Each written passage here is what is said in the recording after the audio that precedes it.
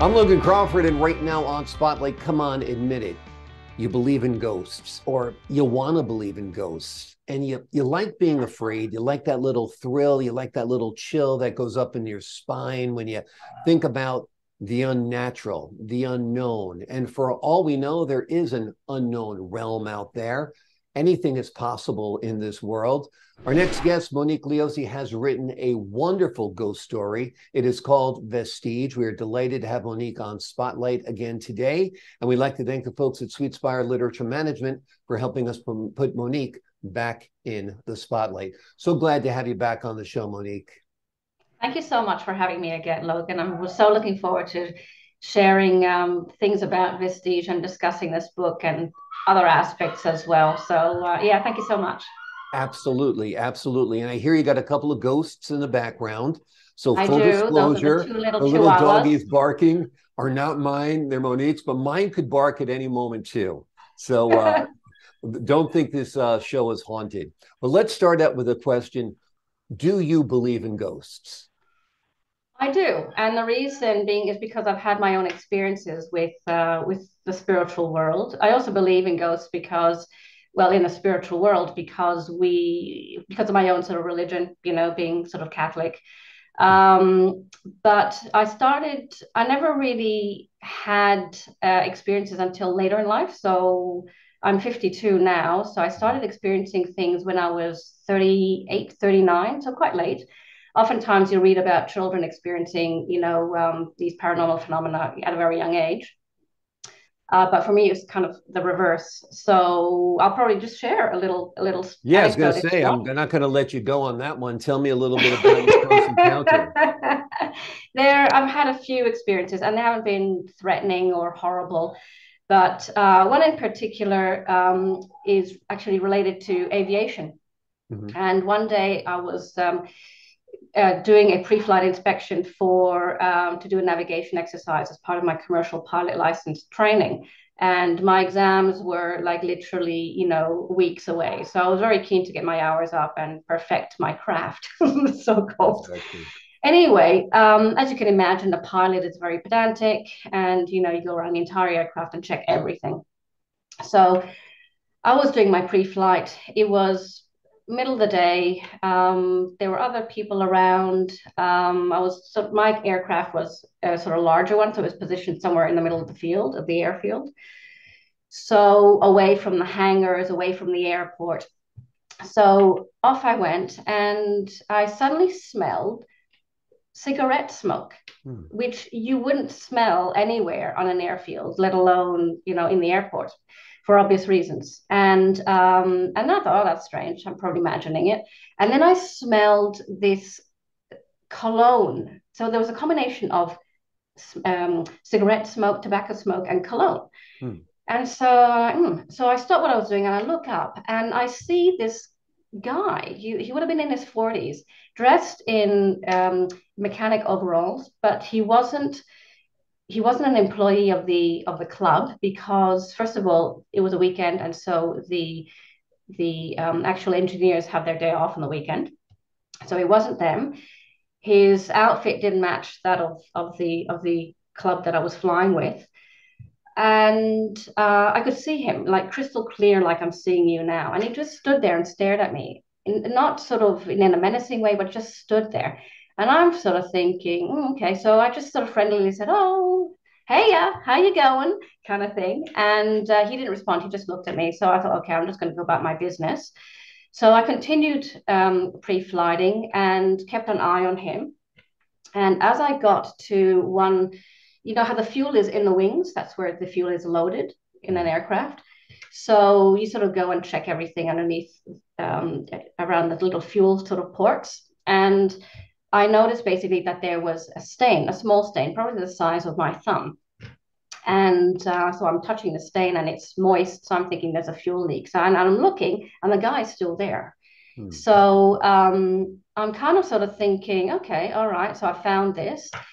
And literally, then I go to, how do you say, just pick a rag up that I was carrying with me and just sort of giving it a bit of a wipe and to have a bit of a closer look at it. Not that I was going to go flying in this aircraft now. And then disappeared. And I looked all around and he wasn't there. So it was seconds. So it's not like he could have, if he had been walking back to the club, basically, I would have seen him. Right. And there's no way he could have just kind of, walked away without me seeing him. So he disappeared. So I thought to myself, okay, so either you're going crazy and your mind's playing tricks on you because you've got an important exam coming up, or you've experienced something quite special. Now, I'd like to think that I've experienced something incredible because obviously this stain was a small stain. It was in a corner of the lower part of the wing.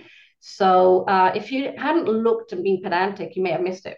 So I'm thinking, I think he was trying to just warn me. So I didn't tell my instructor anything because he probably would have thought, oh, she's losing the plot. So, but it was interesting. Yeah. So that's something that stuck in my mind. And I've also had other experiences like at the hospital that I work at, like a matron, a nurse basically sort of walking the halls of a certain part of the hospital and kind of sitting in meetings, Zoom meetings actually, while, she's kind of, you just feel that sense. So this was the first time that I actually had an experience in two sensory modalities, sight and smell. Right. So that was really kind of unique to me. So yes, that's long-winded, but I do believe in ghosts. No, it's very, very interesting. And I think most people have had some kind of inexplicable encounter such as that, which is why ghost stories capture our imagination. Now, for the folks at home who are just tuning in, Monique is also a psychiatrist in addition to being an author and a pilot. So let me ask you a little bit about the psychology of fear. Why do people like being afraid? You purposely read the book, you go in to see the movie, you get on the roller coaster ride, you bungee jump, you do all of these things. I mean, bungee jumping and roller coasters might be different, but people like the idea of something they don't understand that spooks them. Well, that's exactly right. And I think that when for example, we're talking about maybe scary movies and urban legends and things like that. So firstly, I think people like a bit of a thrill, and I think they like to experience entertainment and a bit of a threat within the safety of the confines of their own home or their cinema. So and it also gives them an outlet to either identify with the villain without too many consequences, or with the victim that's being targeted. In terms of at a sort of biological level, if you think about your own emotions when you're watching a movie, a scary movie, there's that sort of, tension that builds up in your body, and sometimes your throat even gets dry because you're probably empathizing with, the target. And so, and then basically there might be a little moment of reprieve where something humorous happens. Sometimes in scary movies, you have the really horror bit, and then there's a little snippet of humor that kind of breaks that sort of torment, if you will, right. And then you go back to the horror. So at a biological level, we have basically a bit of a fight-flight response, a bit like when someone's having a panic attack. And so chemicals in the brain are released, are discharged. So the adrenaline basically gets you going, and you're sort of thinking, oh my gosh, get away, and keeps that tension going. And then you get the dopamine and the endorphins, basically, that give you sort of that sense of reprieve and pleasure when, things work in someone's favor, or, something is resolved. So you get almost that sort of, rush and excitement with that then sort of calming of the brain through the dopamine and endorphins. And, you sort of kind of it gives you that sort of the down of that roller coaster ride. So that's what's happening at a biological level. And a lot of people like that. And sometimes people like it because, there isn't an awful lot of action happening in their life. I mean, if we think about it, the way the world is at the moment with inflation, we all have to, work really hard. Some people, bless them, have to get, two jobs, and it's hard. And sometimes it's nice to unwind with something thrilling like a scary movie that gives you that sort of healthy, I would say healthy outlet. It's better than taking stimulants and all these other sort of things. But also, I was thinking about this the other day when I was driving home. I guess one has to think about, what does an actual horror movie represent to the individual person, but also more globally to society. So it's almost like sometimes there's a theme to, well, oftentimes there's a theme to a horror movie that um, where that explores society's fears about something, like, for example, I don't know, zombies, or the world ending, or something terrible like that. And again, sort of watching a scary movie with these kinds of themes will allow the person to kind of um, work through their concerns or their anxieties about the worst that can happen in the world. That's just an example. But when I watch a scary movie, I'm kind of how do you say, a bit sort of critical. I think that, and not in a bad way, in a good way, because for me, a good scary movie you need some violence, you need some gore, you need some psychological sort of enticement, but you also need suspense. And for me, suspense is the key. Because it really sort of cements everything and glues everything together. That the theme and the scenes sort of together. An example that came to mind was Jaws. You remember Jaws, the very first one? That was Sure. scary as anything, because you didn't see the creature until he, popped up, almost towards the end of the movie. That Right. was probably due to technical problems, but that aside, it was scary. You had this vast ocean, you didn't know where he was, and it was really the score, the music, that kept you going. So Yeah. suspense for me is the key to a good story. Absolutely. And the mystery, you didn't And see mystery. the shark and it just pulled the girl underneath the water. That was Yeah. like the first scene. She's wading in Yeah. water and pulled down. And the music, of course, there probably is no more visceral movie going experience than to see a horror movie. If you're in a theater, everybody's screaming, yelling often at the same time. So it becomes like a shared experience. It is kind of fun as well. And also, horror movies tend to be morality tales. Generally, the Exactly. people who do bad are punished. So there's some kind of appeals to our, I guess, our morality a little bit there. The people who lie, the people who cheat, the people who are promiscuous tend to get murdered in these movies. Let me ask you about our senses. Do you think we have more than five senses? Do you think that there is something beyond, sight, smell, sound, touch? Absolutely. In fact, just sort of, if we sort of think about the statistics, so sort of globally, about 42% of people worldwide have had some sort of experience with a ghostly encounter, oftentimes through, not just sight, but also touch. Mhm. That's quite common. And obviously, it makes a great tale at the dinner table or at a party. But so I definitely believe that there is more, and there's such a fine line between what we have here, what we experience here as mortals, to what's on the other side.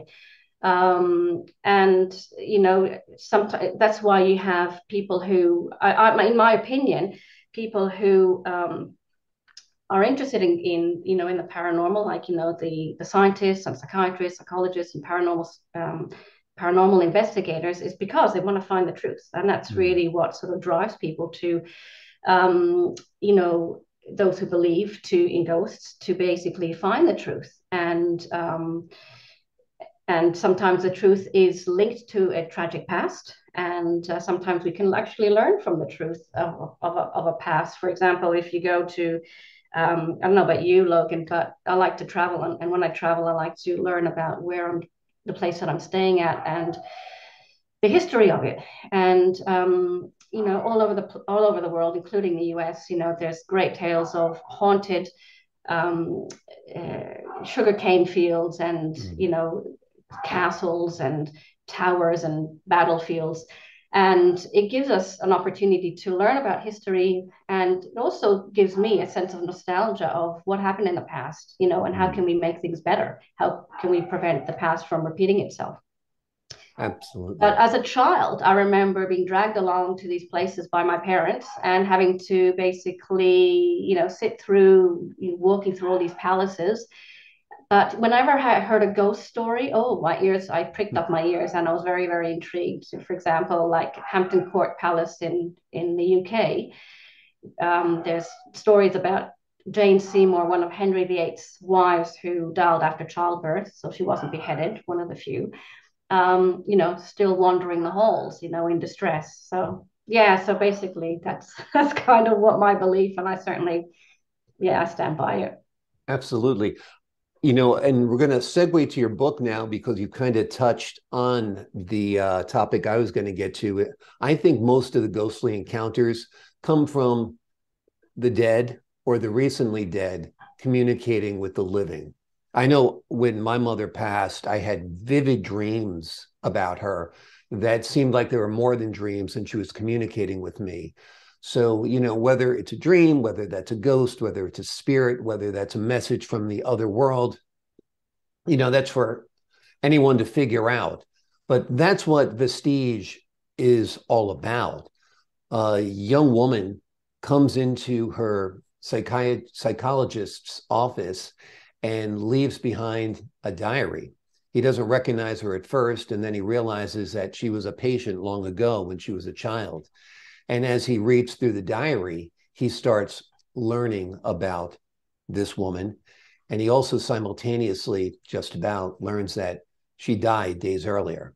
And it's a chilling start, and it's a wonderful ghost story. And tell me a little bit about the process of how you came up with this story and how you wrote it.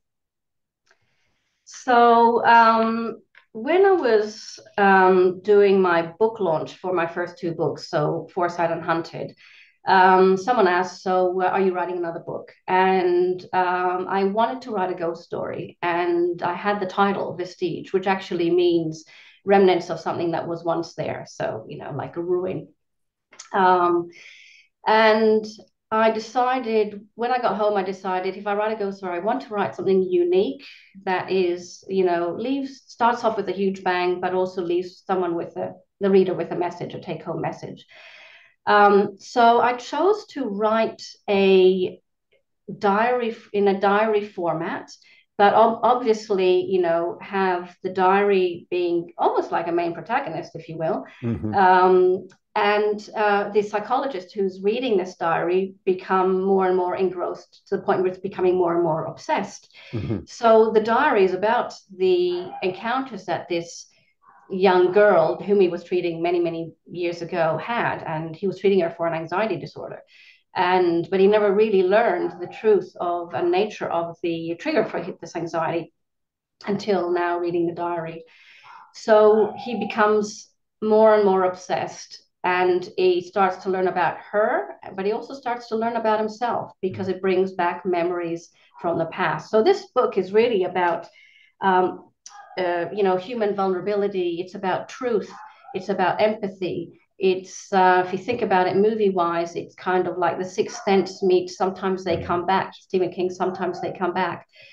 So it's multifaceted. So at face value, just talking about it now, it seems, oh yeah, okay, it's fairly straightforward. But as you read the book, you start to see the parallels between the main protagonists. So Olivia, the girl, the lady now who's dead, and her psychologist, Maxwell Stein. And he basically starts to experience also some paranormal events, and he questions his own sanity. And his son, with whom he's holidaying in the Hamptons, can see his dad change his demeanor before his eyes. He's becoming obsessed, he's starting to drink, and things are really starting to unravel.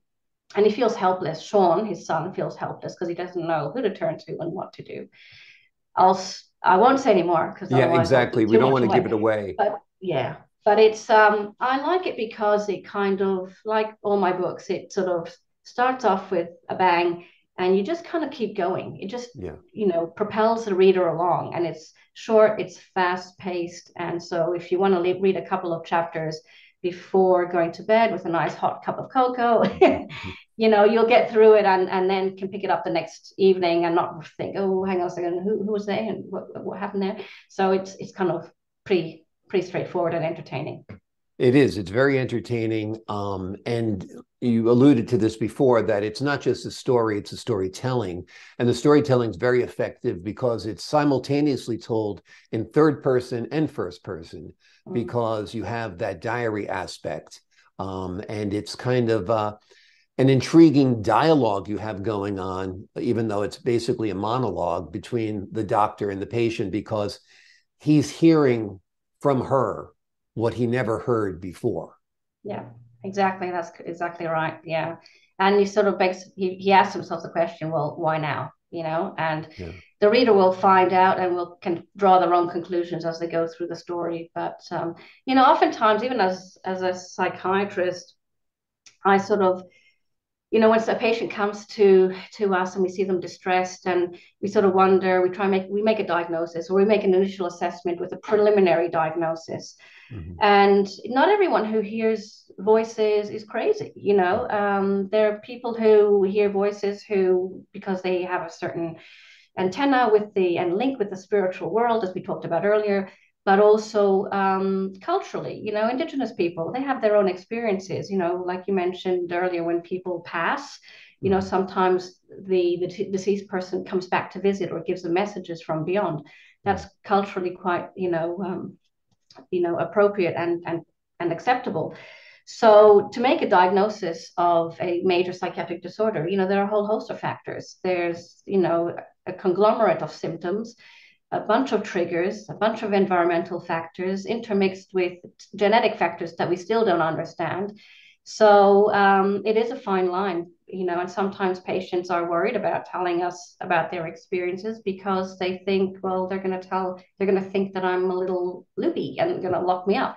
So I think Exactly. as a psychiatrist, it's really important to be able to distinguish one from the other and have an understanding of that fifth sort of dimension, rather than just be concrete in what's happening in this world, even though that usually takes up most of our energy. Yeah, absolutely. I think you found your next horror story or ghost story to write. It can be a patient who's diagnosed as a schizophrenic who really is hearing and seeing the images and the voices, right? I could do that. I'm sure you've got a lot of real life examples you can model it off Yes. of as well. Yeah. Yeah. Absolutely. I think this would be a terrific movie. In fact, my advice to you would be to produce this as a film short for the festival circuit first, anywhere from 10 to 15 minutes. I think it's, like you said, it's a simple story, so it could be condensed, and I think it would still be very effective. It's amazing what a good director can do in a short amount of time. But whether it's a short film or a feature-length film, have you thought about it as a movie? Have you visualized it at all? I have thought about it as a movie, and there is a short cinematic trailer that Mhm. has been done. Michael DeWild was a producer, and he formulated that with real actors. Mhm. And it basically has been submitted to several film festivals and has, won the best, I think, short trailer or something for horror movie at the Swedish International Film Festival. But I've also had some nominations by some other festivals as well, honorable nominations. So it's had some success. So I think my next step would be to, venture into a longer sort of feature film. Mhm. And but again, that's always a process, and so Yeah, one has to just be patient and have a bit of exactly. faith that things will work out. Yeah. It's a very, like I said, it's a very visual uh work. So I do see that as a film, and I think that the good twists in there also would make it very, very enjoyable for the viewer. Tell me Yeah. what you're working on now. You mentioned you've been traveling, you've been in Yes. where were you again? Tasmania. Tasmania. I was going to say Tasmania. Tasmanian devils came to mind. You found a little inspiration in Tasmania, as I understand it. Yes. So it was cold and it was very, very wet. It rained 95% of the time. But when the sun did shine, that was beautiful. So Tasmania is a beautiful place to visit. So anyone who's interested in rural, really sort of nice, sort of luscious rural Australia, go to Tasmania. So on my travels, on the way there, on the plane, basically, I wasn't really interested in listening to music or watching any of the entertainment, and just kind of like looked out the window and allowed my mind to wander. And I had a little kernel of an idea, and I just got more ideas, just started jotting them down.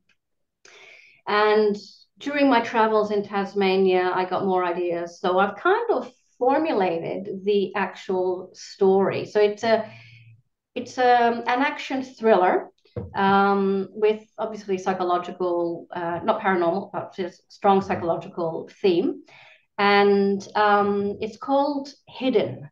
I'm still sort of toying about the subtitle, but that's kind of what I'm sort of looking at starting to work on.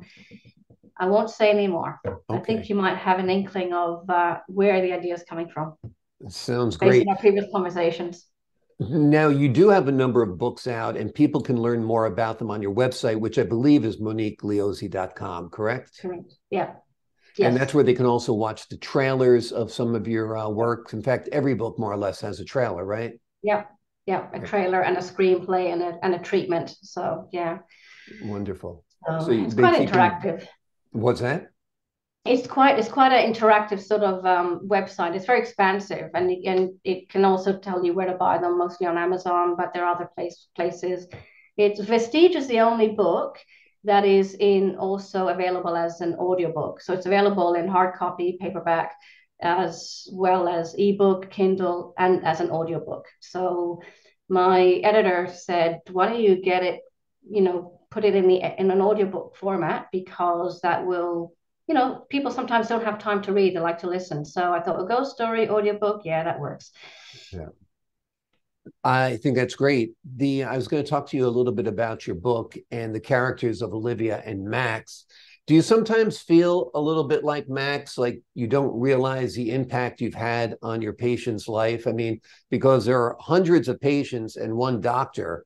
So in many ways, you're more important to them than they are to you. I don't mean to, I hope I'm phrasing that correctly, but for them to go see a doctor, to see a psychiatrist or a psychologist, it's sometimes quite a soul-bearing experience.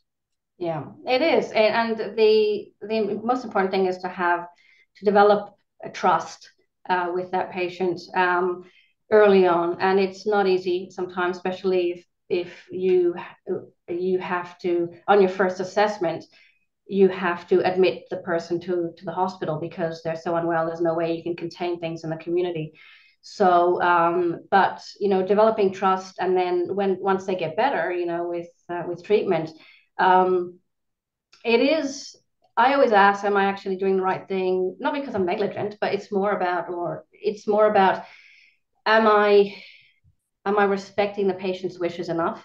Mm. Because they do have rights, and am I doing what I can for this patient? And I mean, I'm human, I'm gonna Sure. not be perfect. Yeah. I always question myself because I like to keep myself in check. It's almost like, the that sort of strict parent says, "Oh, really? Are you sure you've done everything? You sure you've dotted all the I's and crossed all the T's?"